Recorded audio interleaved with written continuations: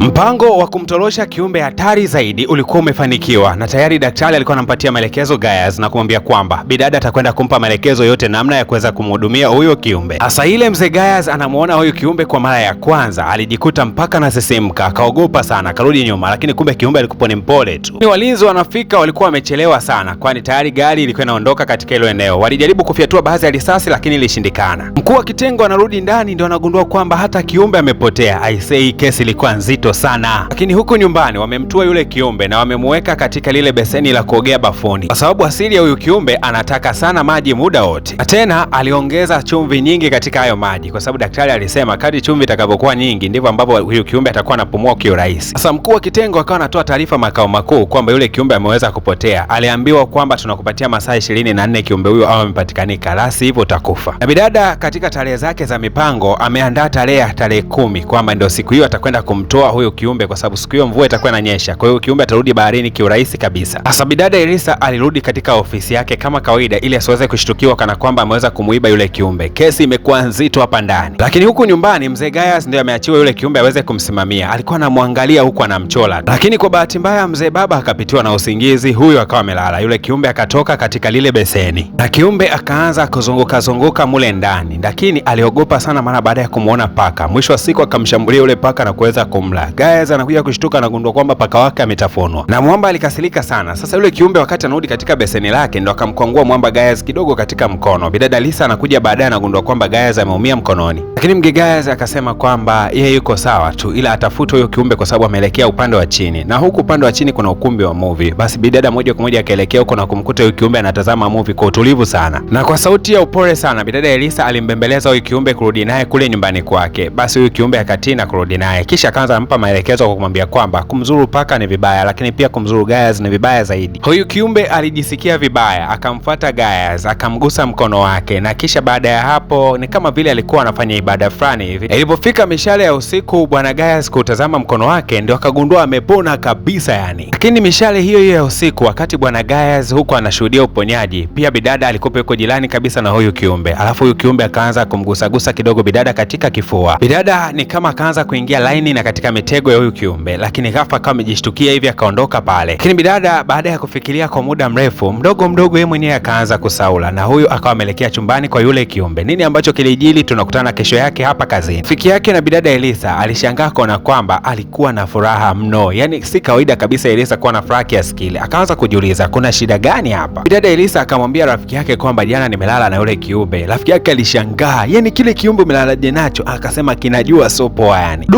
Mpaka DJ Po kashangaa. Huku upande wa pili kaka dokta anaojiwa na watu hawa kutokea Urusi. Wanamwambia vipi, umeweza kumtorosha ule kiumbe si ndio? Jamaa akasema ndio, lakini alikuwa amejihami kwa kushika kisu, ila hawa maagent walishtukia kwamba huyu jamaa amejihami, huenda ana kisu nyuma yake. Basi wakamweka kiporo yeye pasipo kujua, akajua kwamba wamemwachia kawaida tu. Miamba akawa ameondoka. Na huku upande wa pili kiongozi wa department yuko katika dimbwi kubwa la mawazo. Anafikiria, hapati majibu kabisa, kwa sababu kutokea ile siku amekatwa hiki kidole na kushonewa, anaona kwamba hiki kidole hakina mwelekeo kabisa wa kupona.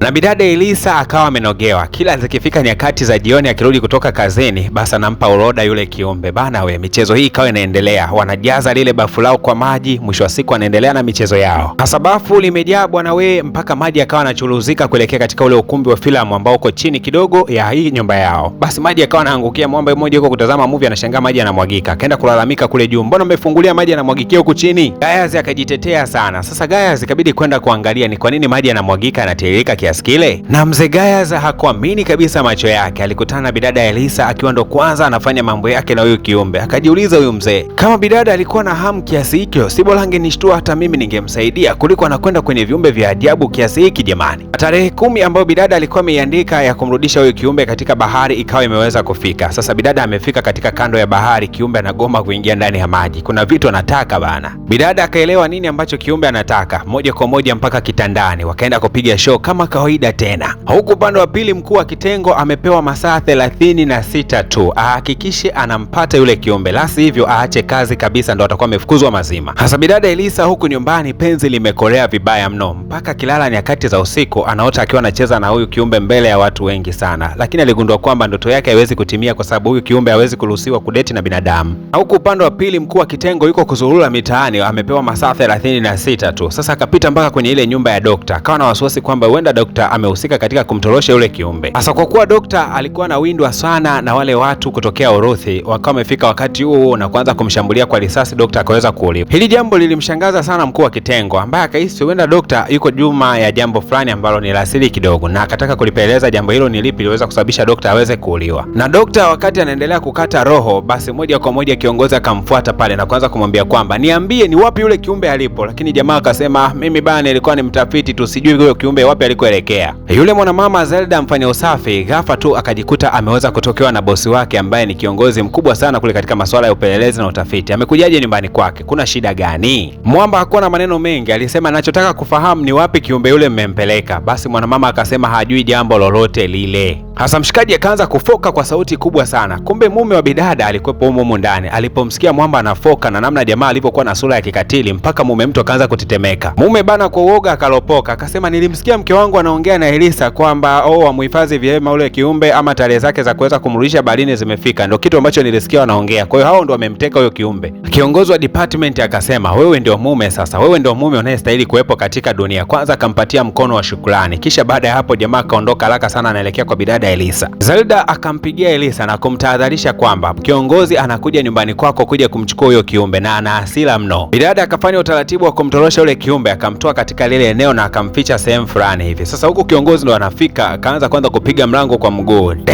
Ile ameingia ndani akacheki mazingira akagundua hapa kiumbe alikuwepo, kwa sababu kuna maji ambayo yalikuwa yamewekewa chumvi, alafu pia kulikuwa kuna kinoti fulani ambacho kilikuwa kama vile kinahesabu siku. Mwamba alishangaa sana. Yaani hichi kibidada hichi kibubu nilikuwa nakiamini sana, nimekithamini, nimekipa kazi ya msingi kiweze kukombolewa kimaisha, kinamuibia kiumbe. Dada Elisa amemkimbiza yule kiumbe mpaka katika maeneo ya fukwe za bahari, alafu akawa anamuaga na akamwambia kwamba wakati mwingine ukimisi mambo usisite kuja nchi kavu. Sasa sijui tuseme wapenzi hao wanaagana. Ghafla tu kumbe Mwamba kiongozi alikuwa ametimba katika ile maeneo, akamlamba risasi moja ya kifua yule kiumbe, alafu akaja akamlamba bidada risasi moja. Sasa Mwamba Gayaz naye alikuwa ametimba kwa wakati huo, akaweza kumpiga yule kiongozi akawa ameanguka chini. Akaenda kumtembelea bidada Elisa pale chini kujua hali yake, lakini mtu wa kwanza kuweza kupona lilikuwa ni lile kiumbe na mwili wake ukawa na wakawaka hivi. Kiumbe baada ya kujua mtu amemuulia utamu wake alimaindi sana. Kwanza akamfuata yule kiongozi akampiga na kama vile na makwato fulani hivi katika eneo la tumbo. Kiongozi akapoteza maisha pale pale. Dakika hizo mafande ndio walikuwa natimba eneo la tukio. Mwamba Gayaz akamshauri kumchukua huyu bidada Elisa na kwenda naye huko katika maji, akiamini kwamba bidada atakuwa amekufa. Na kiumbe hata bila kupoteza muda, moja kwa moja akamchukua bidada akaruka naye katika kina kirefu sana cha maji. Kwa hiyo mafande waliokuwa wamekuja eneo la tukio waliambulia patupu, zaidi walishuhudia mauaji ya yule kiongozi wa ile kampuni inayohusika na masuala ya upelelezi. Hasa huyu kiumbe baada ya kufika na bidada Elisa chini kabisa ya maji, alichokifanya akagusa lile jeraha la bidada la kupigwa risasi. Na ghafla tu bidada akaanza kuota kana kwamba ni mapenzi fulani yale yanayosaidia samaki kuweza kuogelea chini ya maji. Moja kwa moja bidada akajikuta amefungua macho yake. Akiwa na hofu ya kukosa pumzi, akajikuta anaweza kupumua ndani ya maji. Kwa hiyo mpaka dakika hii bidada atakuwa na uwezo wa kuishi ndani ya maji kama samaki. Na siku ya kwanza tu bidada anaanza kuishi maisha yake katika maji, kiumbe hakutaka kusubiri. Hapo akamwanzishia na show. Sijui kama bidada atatoboa ndani ya maji. Bwana kuanzia mwanzo mwa picha yetu ulikuwa na mimi naitwa DJ Paul na hii ni PVP Media Max. Nikusi wewe ambaye unaungana na sisi kwa mara ya kwanza usisite kugusa alama ya kusubscribe, kwani tuna picha kali kuliko hata hii.